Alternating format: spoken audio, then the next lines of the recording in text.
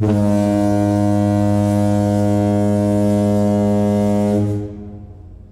there, part-timers. Once again, it's Anton from Anton Will Obey. Thank you guys for stopping by the collection room.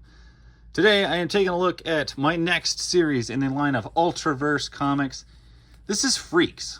Freex, I believe, ran 18 issues, if I remember correctly. Or 18 or 17. Not one of their longer-lived series.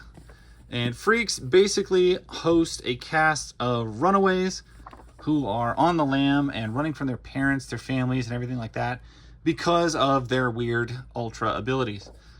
So it's one of the least heroic of all the books. It's one of the probably the most personalizing. I mean, you really see like a different side to the ultra concept with the kids like that. Yeah, so they're stealing for food. They got to stay alive. It's kind of like the very sad version of Gen X in this universe. And what a book full of teenagers and on the run and stuff like that, you would kind of expect maybe a little bit of comedy, kind of like you do in Generation X or Gen 13. None of that here. This is one of the most somber books of the Malibu Ultraverse. You've got oh, what's her name here? Oh, shoot. Why is everybody's name escaping me? Anyway, just the leader of the group here. Pressure. They have crappy names. But Pressure, she's been like sexually abused and everything like that, and she will like explode and swear and kill people. You got Pretty Face or Baby Face or whatever her name is. She's a pretty girl with like worm tendril things coming out all over her body. It's super disgusting. I think it's Boom Boy, I think it was his name. The big stone guy. Just a big rock boy who's been kept in the basement his whole life. These are very, very sad, tragic, and heartbreaking stories. You got Anything, it's just a high school football star who just melts into a puddle because he's a shapeshifter. It's a rough group. And you got this one kid, Surge, I think, who just lives inside computers and stuff. He has no body, but so it is a sad book. It is a troubled book, and you know, I'm trying to think. I don't think there is an Ultraverse title that was really jokey and lighthearted, honestly. The more I'm thinking about it, I think about the most lighthearted book I can think of, gosh, was probably The Nightman or something like that. All the rest were pretty traumatic. And I would put this one at the top of the list as far as the characters with drama, characters with traumas, things that bother everybody. Everybody in this book has their problems. And then they just try to like function this way. I don't think they save anybody. I don't think they are heroes of any kind. It's really just like a runaways that try to survive. There's no villains to be stopped. Essentially, they are villains, and they're really just running and hiding from people.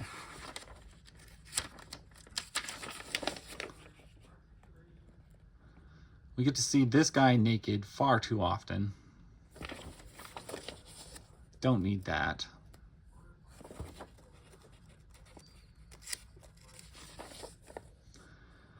As far as Malibu comics go and Ultraverse, this I would say is not the best art you're going to see throughout the series.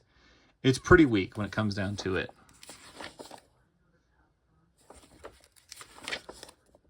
And yeah, see, she's got these weird, disgusting worm things growing out all over her, and it's gross, disturbing.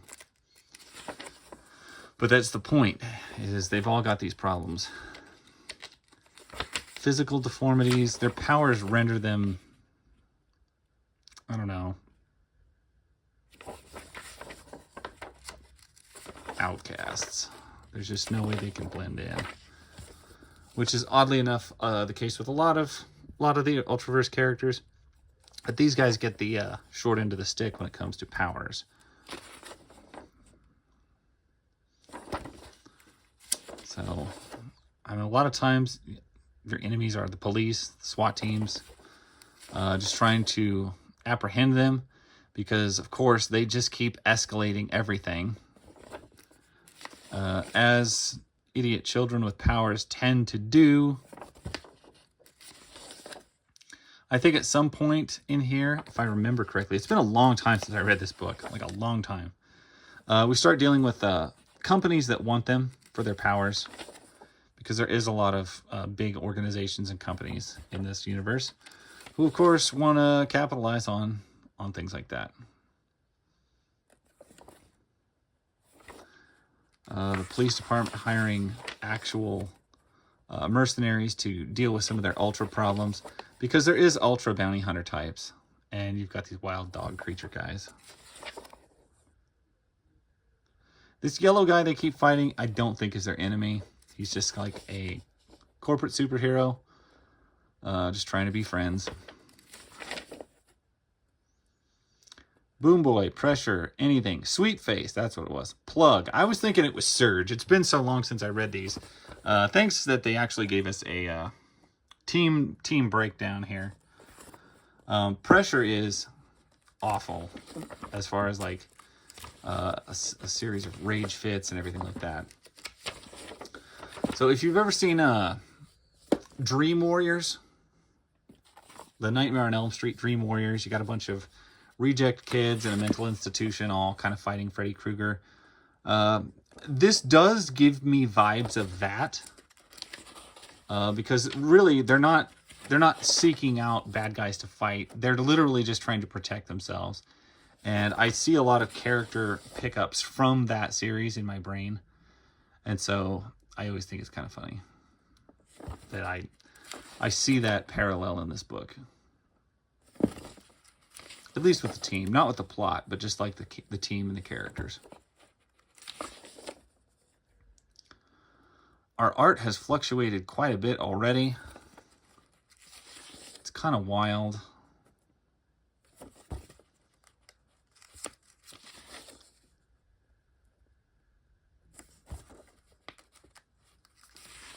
I remember this being one of the more emotionally draining books of the Ultraverse. It's a lot of heavy subject matter. And I mean, like, you always feel bad for him. There is no like, well, that's the problem with this team, is there is no end to the fight, and there is no light at the end of this tunnel. And you kind of get that feeling the more you read and the more you like progress through the line, that where is the pot of gold at the end of this rainbow for this team? There really isn't one. And this is one of the room flip books. If you get every room flip book, you can piece them all together and they make a big picture. And it's gross looking because it's Barry Windsor-Smith, and everything he makes looks like this. Just look at it. It's gross looking. Everybody is lumpy and sinewy. I guess he could draw the Elephant Man really good. Would be my take on it. I know I have some fans out there who really love Barry Windsor-Smith's work, but I don't like Barry Windsor-Smith's work at all. So any chance I get to kind of remind everybody that I hate his work, I will take it. And it is amazing how similar the first 3 issues of this book look. Very similar color palettes. They almost look identical. Huh. Anyway, this is my next series. It's like I said, it is just depressing, but we'll get through it. There's not a whole lot of the Ultraverse left, guys. There's just a handful of series that I haven't gone through, and I do love the Ultraverse, and ideally someday I would love to go through all of it and just have a big playlist of every single page of Ultraverse ever put out, and I'll get there. Anyway, thank you guys for watching. I appreciate it. We'll catch you later. Bye.